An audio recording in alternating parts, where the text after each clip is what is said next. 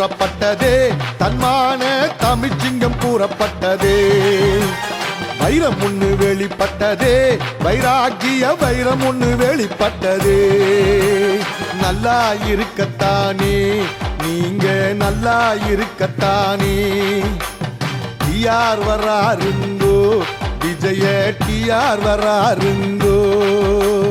தமிழ்தாயை போற்றிடும் பாவலன், நம் தமிழினத்தை காக்க வந்த காவலன். பொன்மனச்செம்மல் புரட்சி நடிகர், மக்கள் திலகம், மாசற்ற செல்வம், அண்ணாதி மன்னன், அண்ணாண்ட மன்னன், நாடோடி மன்னன், நாடாண்ட மன்னன், எம்ஜிஆர் நாமம், எம்ஜிஆர் நாமம், அண்ணா நாமம், எம்ஜிஆர் நாமம், அண்ணா நாமம், அம்மா புகழ். குடிமி இருக்கக்கூடிய ஊடகத்துறை நண்பர்களுக்கும் பத்திரிகைத்துறை நண்பர்களுக்கும் எம்ஜிஆருடைய மக்கள் திலகம் புரட்சி நடிகர் புரட்சி தலைவர் எம்ஜிஆர் அவர்களுடைய இந்த நினைவில்லத்திலே கூடியிருக்கக்கூடிய ஏனைய எம்ஜிஆருடைய விசுவாசிகளுக்கும் எங்களுடைய லட்சிய திராவிட முன்னேற்ற கழகத்தின் தம்பிமார்களுக்கும் இன்று காலையிலே லட்சிய திராவிட முன்னேற்ற கழகத்தின் தலைவர் என்ற முறையில் மாத்திரமல்லாமல் ஒரு லட்சியம் உள்ள தமிழனாக திராவிடனாக நூற்றாண்டு விழா காணக்கூடிய புரட்சி நடிகர் புரட்சி தலைவர்களுடைய இந்த நினைவில்லத்தில் வந்து அவருடைய சிலைக்கு மாலை அணிவித்து ஒரு சூளுரையை மேற்கொண்டு நாங்கள் புறப்படுகின்றோம். என்ன சூளுரை என்று சொன்னால், மக்கள் திலகம் எம்ஜிஆர் அவர்கள் புரட்சி நடிகர் பொன்மனச்செம்மல் எம்ஜிஆர் அவர்கள் திராவிட முன்னேற்ற கழகத்துக்காக உழைத்து திராவிட முன்னேற்ற கழகத்தால் வஞ்சிக்கப்பட்டவர். அதனால் அவர் கண்ட இயக்கம்தான் அண்ணாவின் கொள்கைகளை தாங்கி அண்ணா திமுக. இத்தனை ஆண்டுகள் ஆகியும் இந்த மண்ணை விட்டு அவர் மறைந்தாலும் அவர் புகழ் இன்றைக்கு மறையாமல் இருக்கிறது என்று சொன்னால், அவருடைய கொள்கைகளை தாங்கி அவர் வழியிலே புரட்சி தலைவி மறைந்துவிட்ட அம்மா அவர்கள் அவருடைய கொள்கைகளை தாங்கி இத்தனை ஆண்டுகள் அந்த அண்ணா திமுகவை வழிநடத்தி சென்றார். அந்த புண்ணியவதி புரட்சி தலைவி அவர்கள் மறைந்ததற்கு பின்னால் இன்றைக்கு தமிழ்நாட்டில் இருக்கக்கூடிய நிலையை பார்த்தால் வேதனையாக இருக்கிறது. என்னவென்று கேட்டால், நாடாளுமன்றத்திலும் மாநிலங்களவையிலும் சேர்த்து கிட்டத்தட்ட 50 நாடாளுமன்ற உறுப்பினர்களை கொண்டிருக்கிறது அண்ணா திராவிட முன்னேற்ற கழகம். ஆனால் அம்மையார் அவர்கள் மாநிலங்களின் சுயாட்சிக்காக அந்த அளவுக்கு முதுகெலும்போடு தெம்போடு திராணியோடு புரட்சிகரமாக மத்திய அரசை எதிர்த்து போராடியவர் அம்மா. அவருக்கு முன்னால் இன்றைக்கு மற்றவர்களால் ஆகிவிட்டார்கள் சும்மா என்று சொல்லக்கூடிய அளவிற்கு என்ன போராடுகிறார்கள். நான் தான் கேட்டேன், தமிழ்நாட்டிலே ஜல்லிக்கட்டு, இந்த ஜல்லிக்கட்டுக்காக டெல்லி உச்ச நீதிமன்றம் விதித்திருக்கிறது தடை. ஆனால் தடை விதித்திருக்கின்ற நேரத்திலே இந்த தடையை நீக்க கடைசி காலத்தில் சங்கரா சங்கரா என்று சொல்வதைப் போல இந்த கார்த்திகை மார்கழி வந்தால் ஐயப்ப மலைக்கு அள்ளிக்கட்டு சபரிமலைக்கு என்று சொல்வதைப் போல ஜல்லிக்கட்டு தடை எதற்கு என்று கடைசி நேரத்தில் ஏன் கோஷம் போட வேண்டும் நான் கேட்டேன். இத்தனை நாடாளுமன்ற உறுப்பினர்கள் இருக்கும் போது ஏன் அதிமுக உங்களை நம்பித்தான் அன்றைக்கு அங்கே மாநிலங்களவை என்றாலும் சரி நாடாளுமன்றம் என்று சொன்னாலும் சரி பிஜேபி எந்த தீர்மானம் கொண்டு வந்தாலும் அதிமுகவின் உதவி இல்லாமல் என்ன செய்ய முடியும்? அப்படி இருக்க நாடாளுமன்ற உறுப்பினர்கள் நீங்கள் ஏன் நடுங்க வேண்டும்? நீங்கள் ஏன் தொடை நடுங்கிகளாக இருக்க வேண்டும்? உரக்க குரல் கொடுத்தார் என்ன? அம்மா இருந்தால் இந்த நிலை இருக்குமா? காவேரி மேலாண்மை வாரியம் அமைக்க முடியவில்லை. காவேரி பிரச்சனைக்காக உச்ச நீதிமன்றம் வரை சென்று உரிமை குரல் எழுப்பியது அந்த உன்னத தாய். அவர் மறைந்துவிட்ட இந்த நிலையிலே அவர் கொள்கைகளை நீங்கள் தாங்கி பிடிக்க வேண்டாமா? நீங்கள் அந்த கொடியை ஏந்தி பிடிக்க வேண்டாமா? எங்கே போனது அந்த வீரம்? எங்கே? நான் எதற்காக இதை கேட்கிறேன் என்று சொன்னால், திராவிட முன்னேற்ற கழகத்துக்கு உழைத்துவிட்டு வஞ்சிக்கப்பட்ட மக்கள் திலகம் எம்ஜிஆரை போலவே திராவிட முன்னேற்ற கழகத்துக்காக மக்கள் திலகம் எம்ஜிஆருடைய ஆட்சி காலத்திலிருந்து அத்தனை ஆண்டு உழைத்த இந்த டிஆர் லட்சிய திமுக என்ற பெயரில் இன்றைக்கும் லட்சியத்தை தாங்கி நிற்கின்றேன்.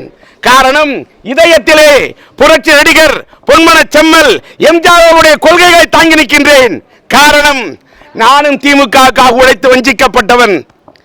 அன்றைக்கு எம்ஜிஆருடைய காலத்திலே அவருடைய கலைஞர் பெற்றெடுத்த பிள்ளை மூகா முத்து, அவதான் அவருக்கு சொத்து. அதற்காக வஞ்சிக்கப்பட்டார் எம்ஜிஆர்.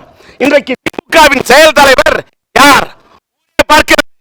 நாடாளுமன்ற உறுப்பினர் என்றாலும் மத்திய அரசு என்றாலும் ஜல்லிக்கட்டுக்காக இந்த திமுகவால் போராட முடியுமா? இந்த செயல் தலைவரால் போராட முடியுமா? ஒளிபெருக்கியை பிடிக்கின்றேன், லட்சியம் உள்ளவனாக லட்சிய திமுகவாக குரல் கொடுக்கின்றேன். காரணம், நெஞ்சத்திலே இன்றைக்கு சொல்லுகிறேன், ஒன்ன மட்டும் சொல்ற, அம்மாவுடைய ஆத்மா அடையல சாந்தி.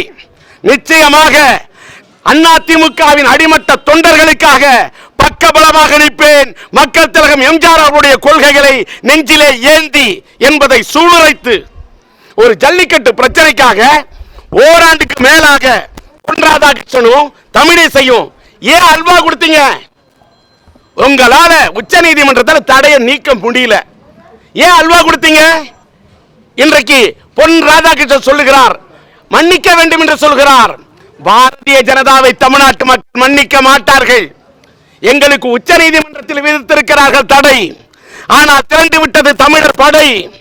நாங்கள் கேட்கும் கேள்விகளுக்கு மத்திய அரசு சொல்லட்டும் விடை. நிச்சயம் தமிழ் படையே தடையை உடை உடை என்று புறப்பட்டு விட்டது படை. பாருங்க, அலங்காநல்லூர் அன்னைக்கு போனேன், அன்னைக்கு கரடிக்கல் போய் போராட்டம் நடத்தினேன். அவனியால்புரத்துக்கு போனேன், ஐயனார் கோயில பூஜை போட்டேன். ஐயனார் கையிலே திட்டி வைத்த அரிவாளை டி ராஜேந்தர் இங்கே அரசியல் உரையாற்றிக் கொண்டிருக்கிறேன். அறிவாளே, நிச்சயமாக உரையாற்ற முடியும். என் மகன் சிம்பு உணர்ச்சி மிக்க தமிழனாக, பேருக்கான அல்ல, சும்மா திரையில ஹீரோவா இருந்தா போறாது, திரையில ஹீரோவா இருக்கணும். மாணவ செல்வங்களை அடிப்பீர்களா? எதற்காக போராடினான்? அவனை அடித்தீர்கள். நேற்று இன்றைக்கு அலங்காநல்லூர்ல ராத்திரி முழுவதும் போராடினாங்க அந்த மக்கள். யார்? அலங்காநல்லூர் அல்ல, அடங்காநல்லூர் மக்கள் போராடுறாங்க. அவங்களை கைது செய்ததை வன்மையாக கண்டிக்கிறோம். ஆட்சி கவுந்திரும் பயப்படுறீங்க. அப்ப ஏன் பன்னீர்செல்வம் ஏன் வார்த்தை கொடுக்கிறார்? புரட்சி தலைவர் எம்ஜிஆர் கொடுப்பாரா? பொன்மன செல்வி அம்மா கொடுப்பாங்களா? ஜல்லிக்கட்டு நடக்க ஆதரவு தரோன்னு சொல்றீங்க. அப்புறமா ஏன் 144 தடை? ஆட்சியை காப்பாத்திக்கிங்க, வார்த்தை தராதீங்க. மத்திய அரசு எடுத்து போராடுங்க, தடையை உடைங்க. பொன் ராதாகிருஷ்ணனும் தமிழிசையும் அல்வா கொடுத்தாங்க, ஏன் நீக்க முடியல? காட்சி பொருள் இருக்கக்கூடிய விலங்கியல் பட்டியலிருந்து காளை மாடு நீக்கப்பட வேண்டும். நீக்கினால் உச்ச நீதிமன்றத்தில் தானாக விலகிவிடும் தடை. ஆனால் எங்களுடைய போராட்டம் ஓயாது, எங்களுடைய குரல் ஓயாது. லட்சிய திமுக குரல் கொடுக்கும். ஜல்லிக்கட்டுக்காக மாணவர்கள் எல்லாம் தாக்கப்பட்டால், நாளை கூட மாணவர்கள் போராட்டம் என்று சொன்னால் இந்த டி ராஜேந்தர் போய் நிற்பேன். இன்னைக்கு மெரினா கடற்கரையில் நின்றால் போய் நிற்பேன். ஒண்ணு அன்றைக்கு மக்கள் திலகம் எம்ஜிஆர் அவர்களுடைய நினைவு நாள் என்று நினைவிடத்துக்கு சென்றேன். எந்த காவல்துறையும் பாதுகாப்பு கொடுக்கவில்லை. கவலைப்படல. என் கூட வந்த இளைஞர் பட்டாளம் ஒரு 70-75 பேர் என்பது போல் இதே மாதிரி கருப்பு சிவப்பு நீல வண்ணம் ஏந்திய அந்த லட்சியத்துக்கு தொண்டன் தான் பாதுகாப்பு கொடுத்தான். எம்ஜிஆர் நினைவிடத்தில் போய் பேசினேன், இன்னைக்கு நினைவிடத்தில் வந்து பேசுறேன். நிச்சயமாக ஜல்லிக்கட்டு பிரச்சனையில மத்திய அரசு மீது தான் எங்களுடைய மாதங்கம். மத்திய அரசிய ரெட்ட வேடம் போடாத ரெட்ட வேடம். அடுத்த வருஷம் கரிநாளுக்குள்ள இந்த பொங்கல் திருவிழாவுக்குள்ள இந்த தடை நீக்கப்பட வேண்டும். எங்களுடைய குரல், நாங்க இறங்க மாட்டோம், இறங்கினா உறங்க மாட்டோம், நாங்க துணிய மாட்டோம், துணிஞ்சா குனிய மாட்டோம், பணிய மாட்டோம். இது லட்சியம். நாங்க வெல்வது நிச்சயம். எம்ஜிஆருடைய நினைவிடத்திலிருந்து புரட்சி தலைவர் எம்ஜிஆர் அவர்களுடைய ஆசையை பெற்று சூளுரைத்து செல்கிறோம். நன்றி, வணக்கம்.